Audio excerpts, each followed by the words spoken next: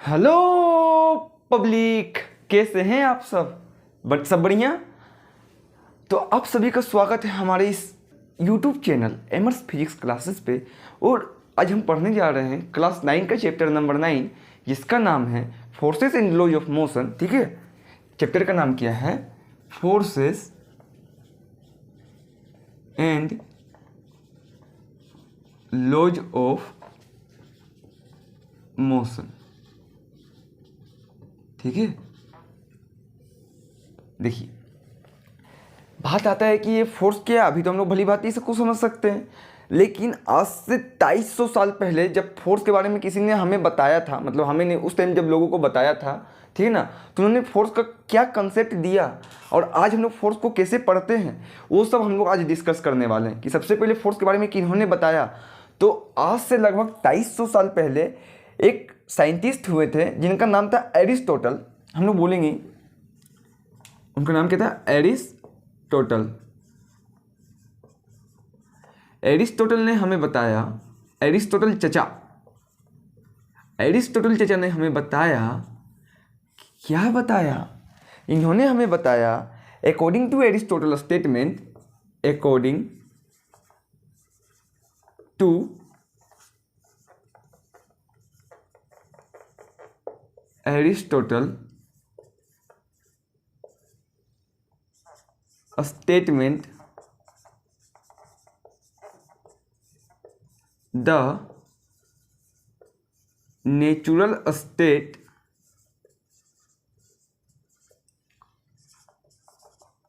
of an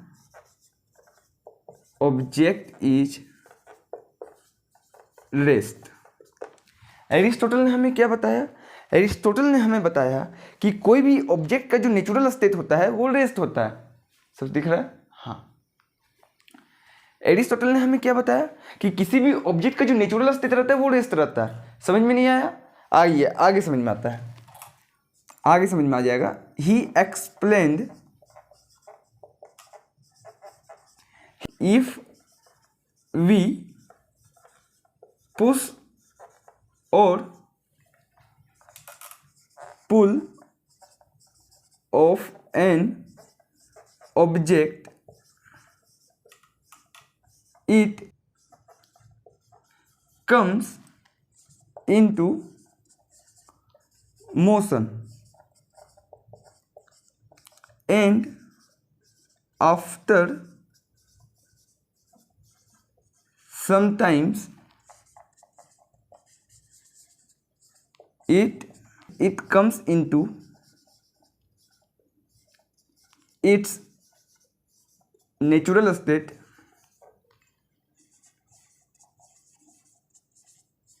that is rest. देखिए क्या बोल रहा है कि एरिस्टोटल चचा ने हमें बताया कि किसी भी ऑब्जेक्ट का जो नेचुरल स्टेट होता है वो रेस्ट।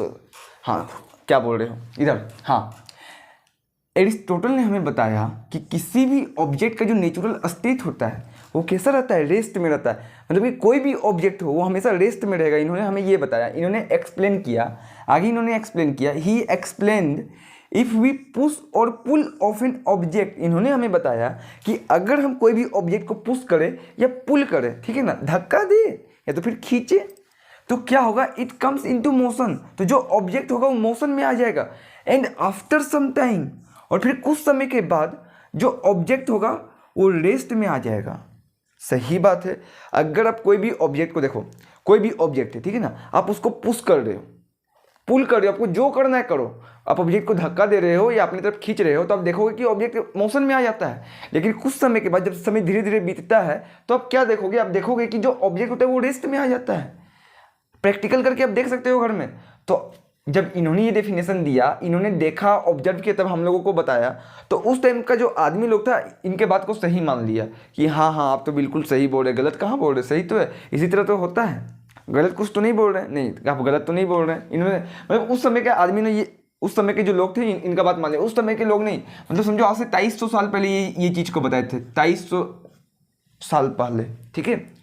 उसके बाद आज से लगभग 400-500 साल पहले एक और साइंटिस्ट आए, इनका नाम था गैलीलियो। गैलीलियो, इन्होंने अपना स्टेटमेंट दिया, इन्होंने भी फोर्स के बारे में स्टडी किया और उसके बाद हम लोगों को बताया कि फोर्स क्या होता है, ठीक है ना। तो गैलीलियो ने हमको बताया, देखिए Galileo Galilei developed the idea of force, developed the idea of force as a cause of motion and determined that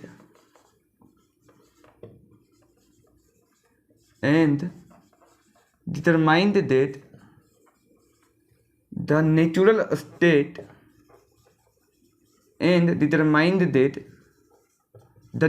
state of an object is rest or uniform motion. हाँ मेरा राइटिंग नहीं देखिएगा, ठीक है ना, वो खराब है, शुरू से ही खराब है, सुधरेगा कि नहीं सुधरेगा आगे पता नहीं। देखिए गैलीलियो ने हमें क्या बताया, गैलीलियो ने फोर्स का क्या आइडिया दिया। Galileo developed the idea of force as a cause of motion and determine that the natural state of an object is rest और यूनिफॉर्म मोशन। गैलीलियो ने हमें क्या बताया कि किसी भी ऑब्जेक्ट को, मतलब कोई भी ऑब्जेक्ट को पुश कर रहे हो, पुल कर रहे हो, उससे तो हमें कुछ लेना ही देना नहीं है। इन्होंने क्या बताया कि फोर्स क्या है, तो मोशन के पीछे का काउज है। अगर कोई ऑब्जेक्ट में मोशन आ रहा है तो उसके पीछे का जो कारण है वो फोर्स है, ठीक है ना। इन्होंने एक्सपेरिमेंट किया, इन्होंने एक्सपेरिमेंट में हमें क्या बताया, इन्होंने क्या किया, इन्होंने क्या किया, देखिए यहाँ पर जैसे फिसलन पत्ती बोलते हैं हम लोग, पार्क वगैरह में आप लोग देखते होंगे, ठीक है ना, स्लाइडर बोला जाता है, जो भी बोलना है बोलिए आप लोग, कोई दिक्कत नहीं। यहाँ पर इन्होंने ऐसे करके बनाया, ठीक है, यहाँ इन्होंने एंगल बनाया 45 डिग्री और यहाँ पर भी इन्होंने एंगल बनाया 45 डिग्री, ठीक है। क्या हुआ कि यहाँ पर इन्होंने एक बॉल को रखा, ठीक है ना, हाँ देखिए क्या किया इन्होंने, यहाँ पर एक बॉल को रखा, ओहो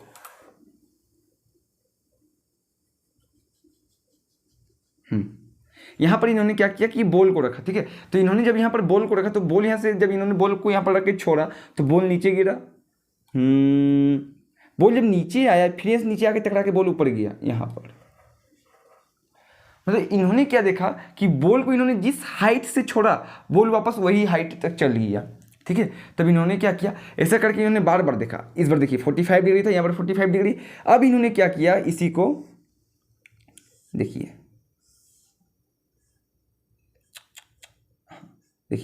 अभी भी एंगल इन्होंने 45 डिग्री लिया है, लेकिन इस बार क्या किया इन्होंने कि ये जो एंगल था ये एंगल को कम कर दिया, ठीक है, हाँ और ऊपर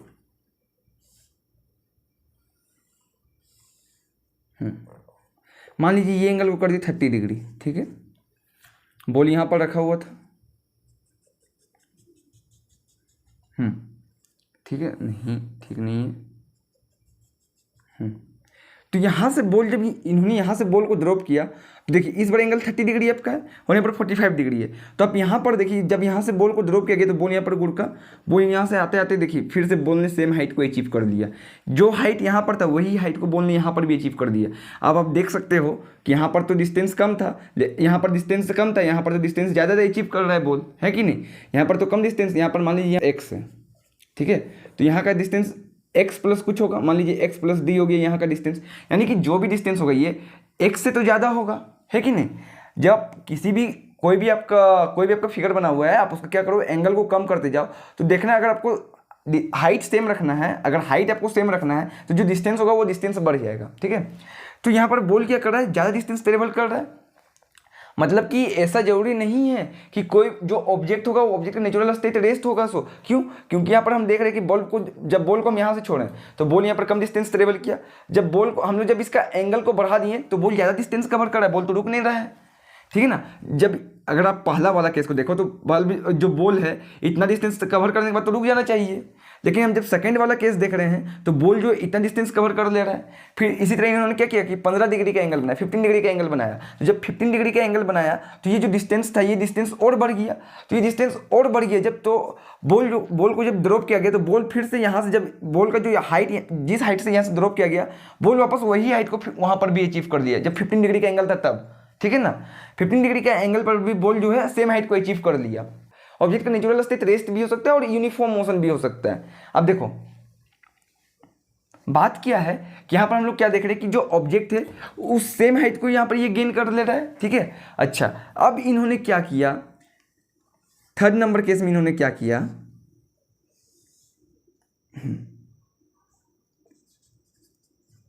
इस बार इन्होंने यहाँ पर बॉल को रखा और यहाँ पर ऐसे करके यहाँ पर मतलब कोई फिगर बनाया नहीं, बस इसको जो है पूरा खुला छोड़ दिया। तो बॉल यहाँ से फिर गिरना स्टार्ट हुआ और बॉल जो है फिर यहाँ कर ऐसे करके आगे बढ़ गया। तब इन्होंने, गैलीलियो ने हमें क्या बताया कि ये बॉल जो है ना कभी भी नहीं रुकेगा, ये बॉल अगर चल रहा है तो ये चलते ही रहेगा। लेकिन हमें एरिस्टोटल ने क्या बताया कि जो भी कोई भी ऑब्जेक्ट जो रहता है उसका नेचुरल स्टेट रेस्ट रहता है। अगर आप उस पर फोर्स लगाओगे, उसको पुश करोगे, पुल करोगे तो वो क्या होगा कि कुछ समय के बाद रुक जाएगा। लेकिन गैलीलियो ने हमें क्या बताया, गैलीलियो ने हमें बताया कि अगर आप यहाँ से बॉल को अगर आप यहाँ से छोड़ रहे हो तो बॉल यहाँ से क्या होगा, ऑब्वियस बात है नीचे उतरेगा और फिर बॉल आगे बढ़ना स्टार्ट कर देगा। तो इन्होंने क्या बताया कि बॉल तब तक आगे बढ़ते रहेगा जब तक बॉल सेम हाइट को अचीव ना कर ले।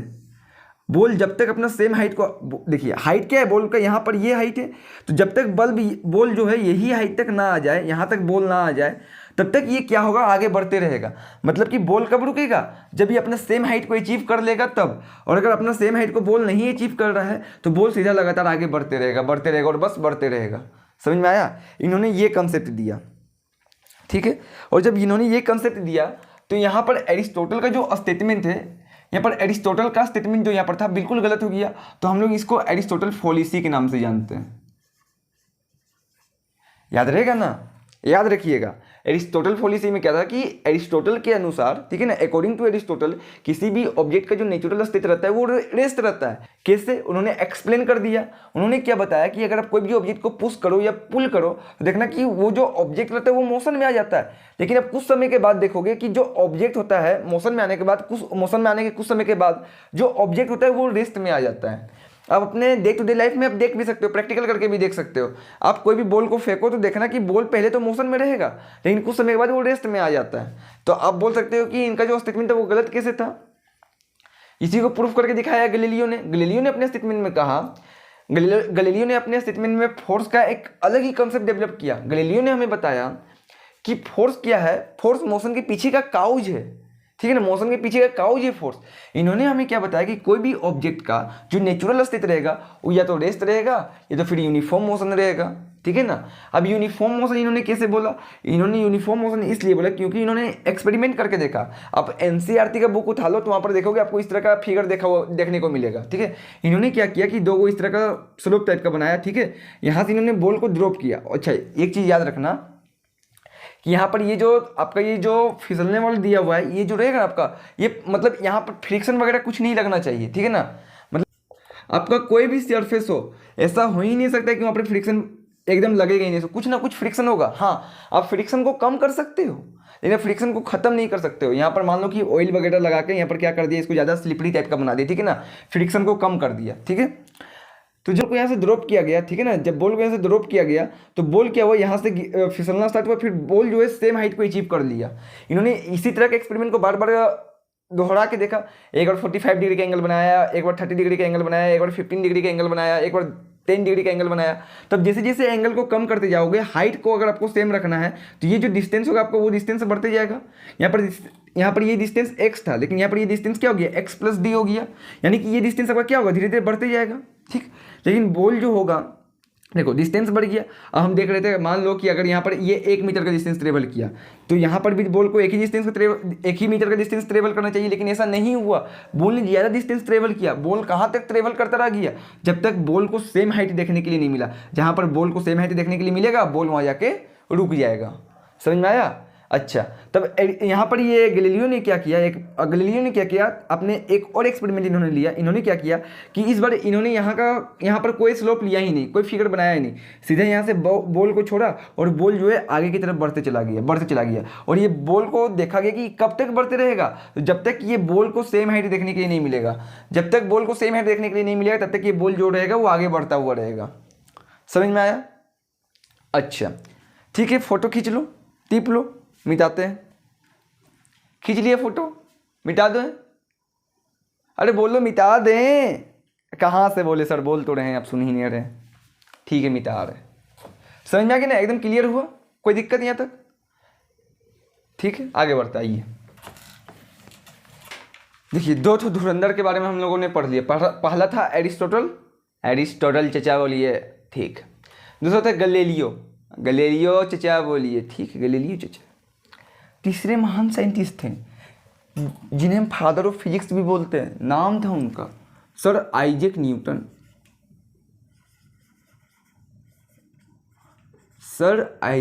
न्यूटन। इन्होंने एरिस्टोटल की थ्योरी को पढ़ा, इन्होंने गैलीलियो की थ्योरी को पढ़ा, और एरिस्टोटल और गैलीलियो की थ्योरी को पढ़ने के बाद इन्होंने अपना फोर्स का अलग ही कंसेप्ट दे दिया, और इन्होंने जो कंसेप्ट दिया वो बिल्कुल सही दिया। इन्हीं के कंसेप्ट को हम लोग आगे पढ़ते हैं, ठीक है। न्यूटन ने हमें क्या बताया? Newton developed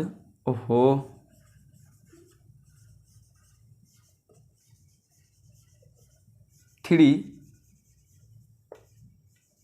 laws of motion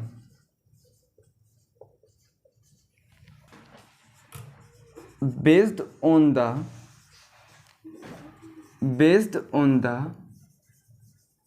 idea of force, cause of change in velocity is cause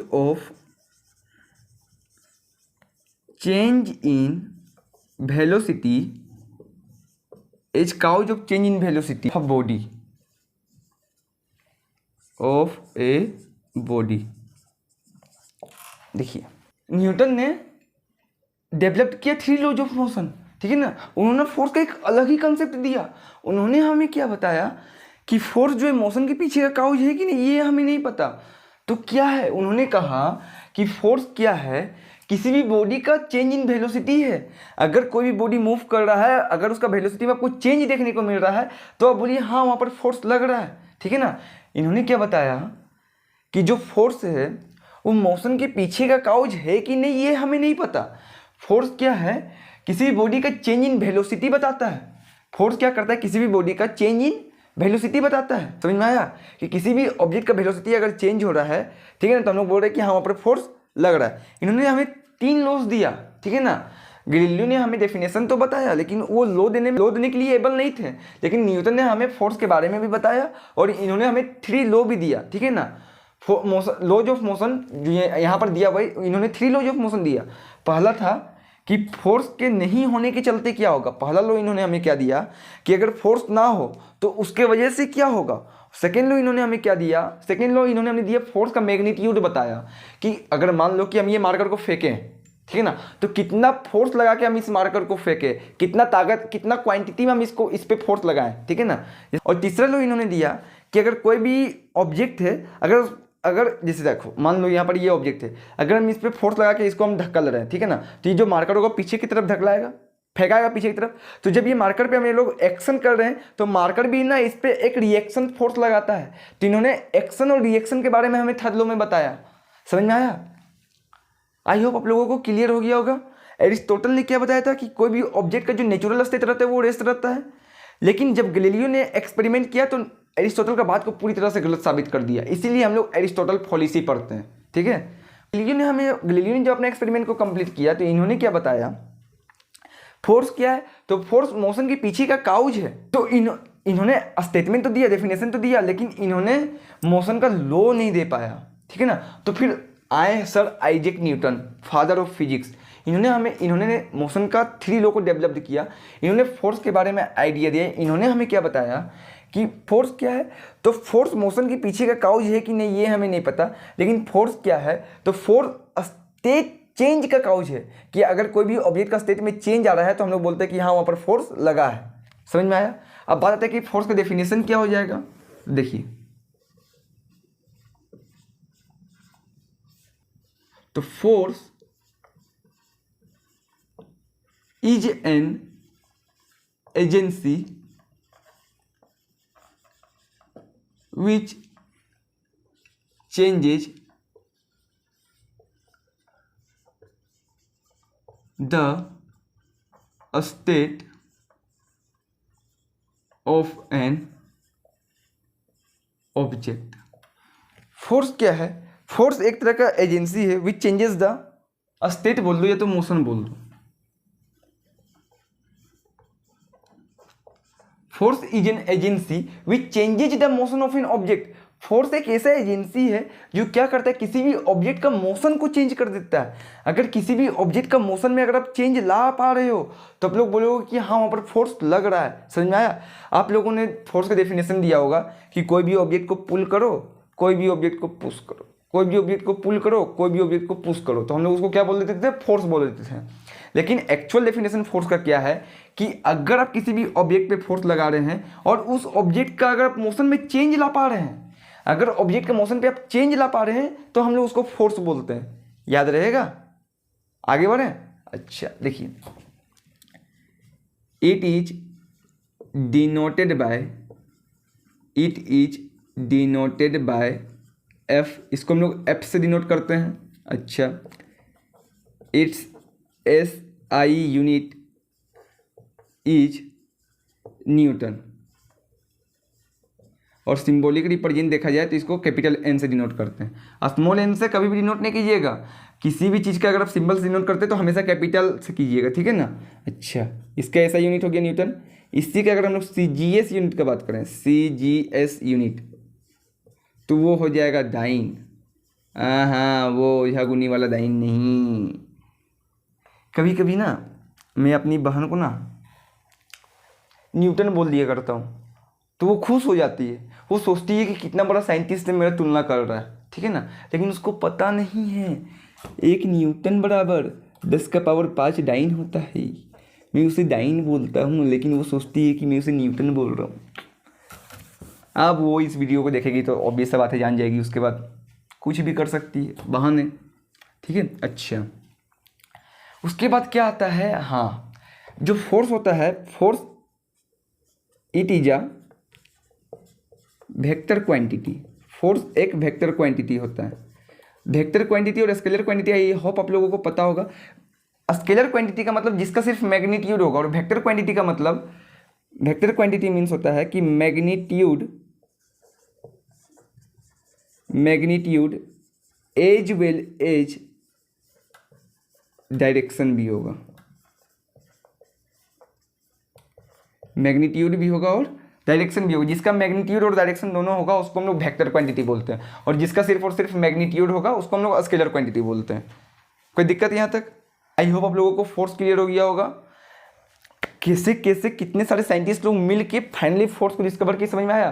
पहला तो एरिस्टोटल ने अपना स्टेटमेंट अलग से दिया, उसके बाद गैलीलियो ने अपना स्टेटमेंट अलग से दिया, उसके बाद जब न्यूटन ने अपना स्टेटमेंट दिया तो फाइनली फोर्स के बारे में हम लोगों ने जाना, ठीक है। आई होप आप लोगों को वीडियो पसंद आया होगा, ठीक है। तो आज का लेक्चर को हम लोग यहीं पर करते हैं एंड, और आप टिप लीजिए फोटो, मतलब खींच लीजिए फोटो, और कैमरा को करते हैं हम ऑफ। Thank you.